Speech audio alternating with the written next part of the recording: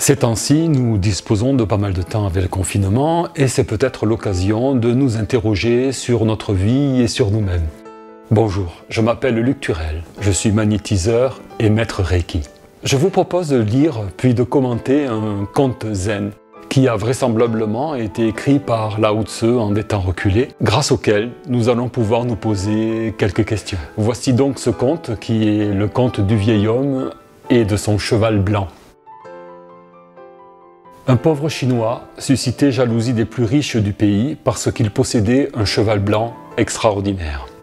Maintes fois, on lui proposa des sommes généreuses en échange de l'animal. Ce à quoi le vieil homme répondait invariablement « Ce cheval est beaucoup plus qu'un animal pour moi, c'est un ami, je ne veux pas le vendre. » Un jour, le cheval disparut. Les voisins, rassemblés devant les tables vides, donnèrent leur opinion. « Pauvre idiot, il était prévisible qu'on te volerait cette bête, pourquoi ne l'as-tu pas vendue? Quel malheur !» Le paysan ne se démonta pas et répondit de façon très posée. « Bonheur ou malheur, qui sait? Le cheval n'est certes plus dans l'étable. C'est un fait, je ne saurais dire pourquoi, mais je ne pense pas que ce soit un malheur. » Les gens se moquèrent du vieil homme. Ils le considéraient depuis longtemps comme un simple d'esprit. 15 jours plus tard, le cheval blanc revint. Il n'avait pas été volé. Il s'était tout simplement mis au vert et ramené une douzaine de chevaux sauvages de son escapade. Les villageois s'attroupèrent de nouveau. « Tu avais raison, ce n'était pas un malheur, mais une bénédiction. » « Bénédiction ou malédiction, qui sait ?» rétorqua le vieil homme. « Mon cheval est effectivement revenu. Et en bonne compagnie.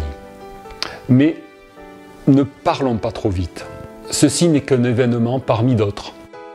Peut-on connaître le contenu d'un livre en ne lisant qu'une phrase? » Les villageois se dispersèrent, convaincus que le vieil homme déraisonnait. Recevoir 12 beaux chevaux était indubitablement un cadeau du ciel. Qui pourrait le nier? Plus tard, le fils du paysan entreprit le dressage des chevaux sauvages. L'un d'eux le jeta à terre et le piétina. Les villageois vinrent une fois de plus apporter leur grain de sel. « Pauvre ami, tu avais raison. Ces chevaux sauvages ne t'ont pas porté chance. Voici que ton fils unique est estropié. Qui donc t'aidera dans tes vieux jours? Tu es vraiment à plaindre. » « Voyons, rétorqua le paysan, n'allez pas si vite. Mon fils a perdu l'usage de ses jambes, c'est tout. Qui dira ce que cela nous aura apporté? Cela va lui permettre de se mettre un peu au repos. Lui qui s'est beaucoup donné toute sa vie. Il n'en reviendra que plus fort et en meilleure forme. Je ne pense pas que ce soit un malheur. » Quelque temps plus tard, la guerre éclata et tous les jeunes gens du village furent enrôlés dans l'armée, sauf l'invalide. « Vieil homme, se lamentèrent les villageois, tu avais raison. Ton fils ne peut plus marcher, mais il reste auprès de toi, tandis que nos fils vont se faire tuer. »« Je vous en prie, répondit le paysan, ne jugez pas hâtivement. Vos jeunes sont enrôlés dans l'armée, le mien reste à la maison. C'est tout ce que nous puissions dire. Dieu seul sait si c'est un bien ou un mal. » Voici donc ce conte du vieil homme et de son cheval blanc. Et que nous apprend-il? Eh bien, il nous apprend en premier lieu qu'il faut relativiser en permanence. Nous avons souvent des jugements hâtifs qui sont liés à nos émotions positives, à nos émotions négatives. Mais nous oublions d'être mesurés pour nos opinions. Nous voyons les choses avec le prisme de nos émotions, de notre humeur, de notre éducation, de nos peurs. Les médias, pour faire du sensationnalisme, pour faire de l'audience, nous renvoient beaucoup de nos peurs et les intensifient, les amplifient. Et nous en recevons beaucoup, beaucoup trop, et ces peurs altèrent notre jugement. En fait, il nous faudrait mieux regarder les opportunités qu'une situation nous apporte à travers ce qui pourrait être un échec apparent. Regardons par exemple le symbole du yin et du yang. Le blanc porte en lui les germes du noir.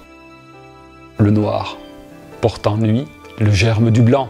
Et tout ceci est équilibré. Donc il nous faut voir cette crise plutôt comme une opportunité de transformation salutaire. Il faut que nous restions ouverts à toutes les possibilités qu'elle peut nous offrir. Et parmi ces possibilités, il y en a une qui est celle d'évaluer notre vie antérieure. Maintenant, nous sommes dans une période de pause, dans une période de réflexion. Et c'est un bon moment pour faire, comme on dit dans les RH, un petit 360, faire un tour sur sa vie, sur ce que nous aimons, sur ce que nous y aimons moins, et sortir un peu de ce mode de pilotage automatique que nous avons mis en place dès l'adolescence, ou presque, peu après, ou du moins dès notre entrée dans la vie active. Sortons de ce mode pilotage automatique et regardons ce que nous aimons, ce que nous n'aimons plus, ce que nous apprécions, ce que nous n'apprécions plus, et posons-nous les questions. Qu'est-ce que je peux maintenant faire pour moi? Qu'est-ce que je veux pour moi? Et la seconde question, comment est-ce que je peux y arriver? Cette crise du coronavirus, ce confinement, ce temps qui nous est donné, nous donne une magnifique opportunité pour nous permettre de nous remettre en question, de remettre nos vies en question et de faire des choses plus belles qui seront plus en accord avec nous-mêmes, avec notre enfant intérieur, avec notre cœur. Je vous remercie. Si vous avez aimé cette vidéo, n'oubliez pas de liker et surtout partagez-la si vous pensez qu'il y a des gens qui peuvent en profiter ou si vous pensez que vous pouvez diffuser aussi ce message. Merci, au revoir.